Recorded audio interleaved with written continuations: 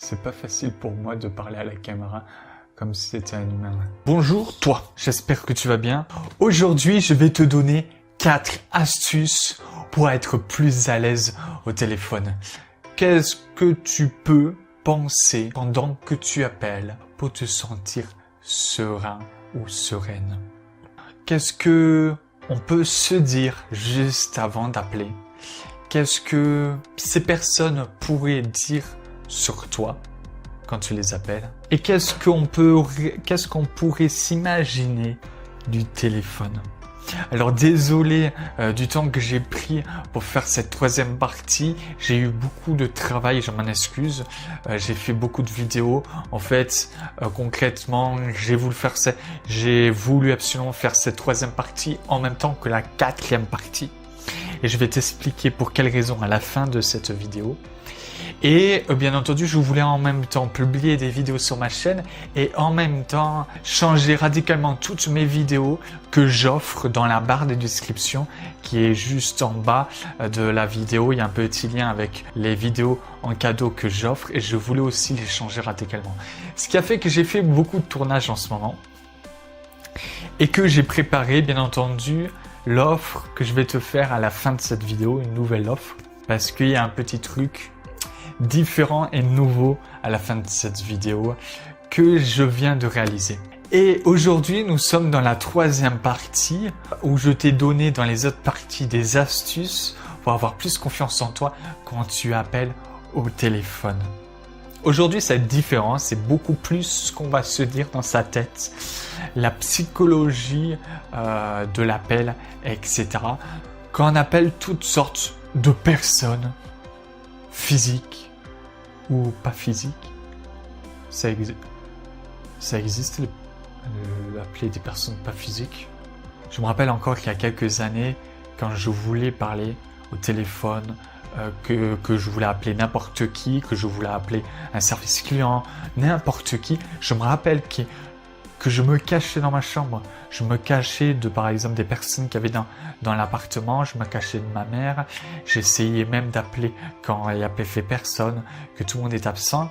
Et quand il y avait quelqu'un, je m'enfermais dans ma chambre. Je me mettais au plus loin de la porte. Je me mettais dans un coin et je parlais à voix basse au téléphone pour me cacher pour plus que personne m'entende.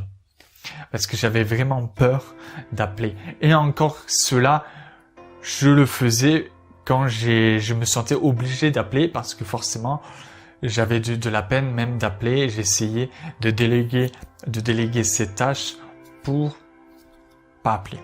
Comment j'ai fait pour me sentir plus à l'aise? Eh ben, je me suis mis à penser à ces 4 astuces que je vais te donner après. Le premier conseil que je peux te donner sur les 4 conseils, et j'ai pas du tout terminé parce qu'il y a une 4e partie qui va sortir.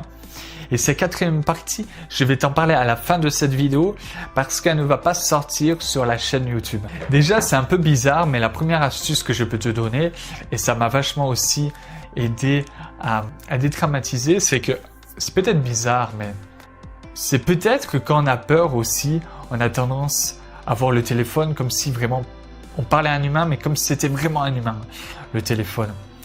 C'est peut-être con ce que je vais dire, peut-être qu'on va pas être d'accord avec ça, et je le comprends parfaitement si on n'est pas du tout d'accord avec ça. Je trouve ça bien de se dire que là on a un téléphone et qu'on n'est pas devant un être humain, que c'est un objet, que la personne ne voit pas le visage, ne voit pas ce qu'on est en train de faire, si on est en train de faire pipi ou caca aux toilettes. On ne va pas forcément te voir. La personne, il y a 10 km, 20 km, à 100 km, elle ne me voit pas. Des fois, on peut appeler un service client. Ils sont au Maroc ou dans un pays lointain. Et dans les deux, si ça va pas, on peut raccrocher. C'est juste un téléphone. C'est un peu bizarre. C'est peut-être le conseil le plus bizarre de ma vidéo. Après, on va parler de l'être humain, du jugement, etc. Dans le deuxième conseil que je peux donner à quelqu'un qui a peur de téléphoner, c'est que c'est pas vraiment un conseil. Je pense que quand on appelle, on peut se dire « je dérange ». Et on a du mal avec cette idée de déranger. On se dit, je gêne la personne, je dérange, elle doit faire quelque chose, je coupe son activité, etc. Peut-être que toi, de ton côté, tu n'aimes pas forcément être coupé dans tes activités. Peut-être que toi, ça te dérange, pour ton cas, toi.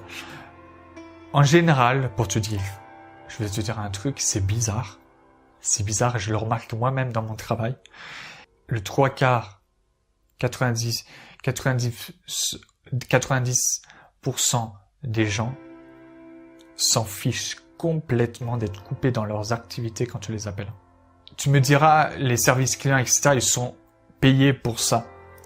Mais même quand ils sont payés pour ça, même quand tu les coupes, etc., dans leurs activités, s'ils font autre chose, etc., ils sont habitués à ça. Ils s'en fichent complètement. Et même des fois, ils sont sadomasochistes au point qu'ils se sentent addicts au fait d'être appelés, d'être coupés tout le temps dans leurs activités. En gros, on croit qu'on dérange, mais finalement, on occupe le 3/4 des gens.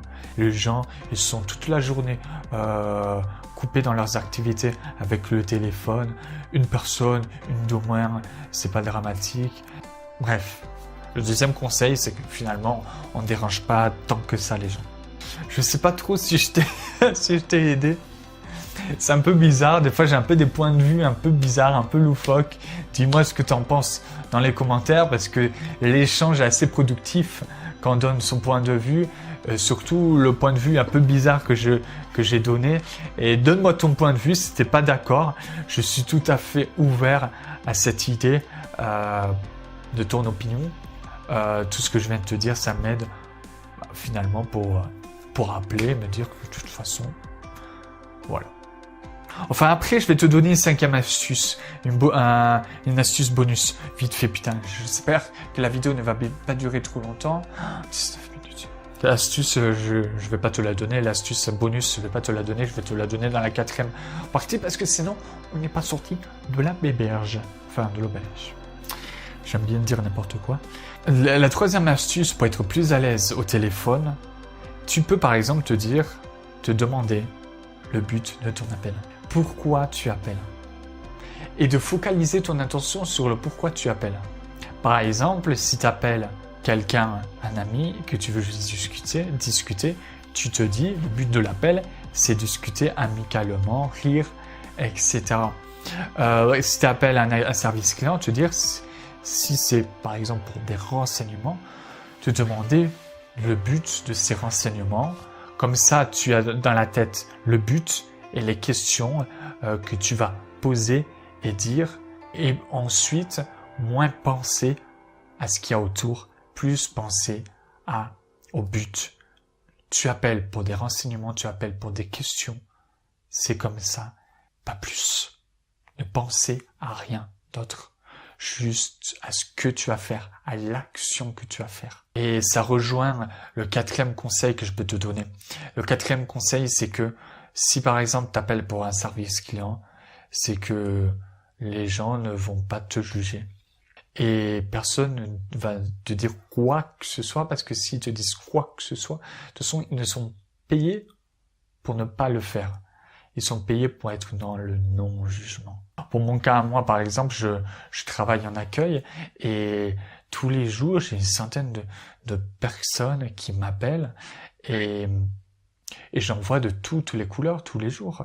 Et je suis déjà payé pour ne pas juger, mais en plus, comment je peux juger alors que j'en vois de toutes les couleurs? C'est de toutes les couleurs. C'est le feu d'artifice de personnes. Je peux tomber sur des personnes qui me raccrochent au nez, des personnes qui comprennent pas mes propos. Je peux tomber surtout sur des gens où j'arrive pas forcément à comprendre leurs propos, sur des gens où j'arrive pas à leur répondre à leurs questions. Et finalement, je tombe tellement sur tout que on peut pas être dans le jugement. Mais rassure-toi aussi, je pensais la même chose avant. Quand je pouvais pas du tout appeler, quand j'avais peur, je pensais être jugé, je pensais que j'étais critiqué, que ce soit par la personne au bout du fil, par les personnes qui étaient autour de moi, etc.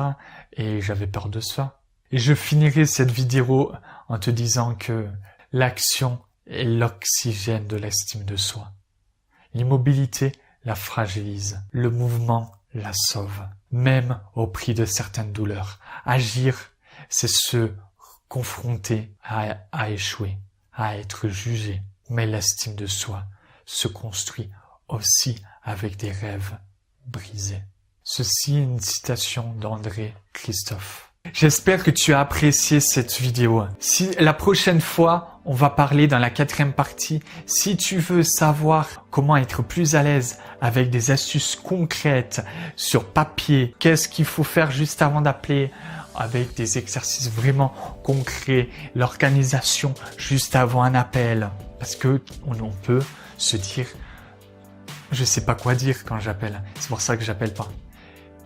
Je vais te donner des astuces pour savoir ce que tu vas dire quand tu vas appeler, les paroles qu'on peut se dire, qu'est-ce qu'on peut dire, les mots qu'on peut dire, etc. pour se sentir plus confiant. Je vais te parler de tout cela dans la 4e partie. Et surtout que je vais te donner aussi une astuce bonus que j'avais pas prévu de te donner, que je viens tout juste de penser dans cette vidéo. Qu'est-ce qu'une personne confiante se dit au moment de l'appel? La 4e partie ne va pas sortir sur la chaîne YouTube. Et tu peux la voir, la visualiser, et enfin la visionner immédiatement en faisant quoi? En cliquant sur le lien juste en dessous, l'abonnement Kevin Margot Premium. C'est quoi cet abonnement? C'est un abonnement pour si tu souhaites des vidéos exclusives, si tu souhaites toutes mes vidéos de ma chaîne YouTube qui sortiront plus tard en version longue,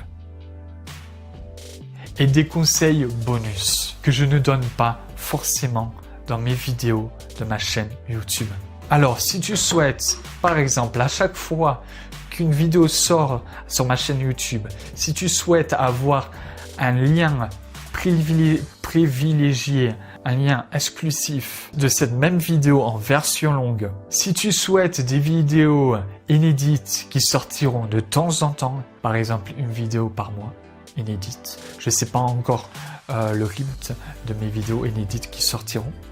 Si tu souhaites tout cela, des conseils inédits pour avoir 2 fois plus de contenu, pour avoir plus de conseils et des précisions sur les conseils que je te donne, pour plus détailler les conseils, les astuces, pour mieux t'expliquer les astuces et les conseils que je te donne, pour mieux les appliquer dans ta vie, pour avoir plus confiance en toi et comprendre mieux les actions à entreprendre pour vaincre sa timidité, être plus à l'aise, avenant avec les gens, mieux communiquer avec les gens et te sentir libre, de te libérer du regard des gens. Si tu veux tout cela et surtout voir la 4e partie de cette vidéo, la 4e partie pour être à l'aise au téléphone et qui a un accès privilégié pour toi via cet abonnement. C'est le prix de 2 baguettes de pain.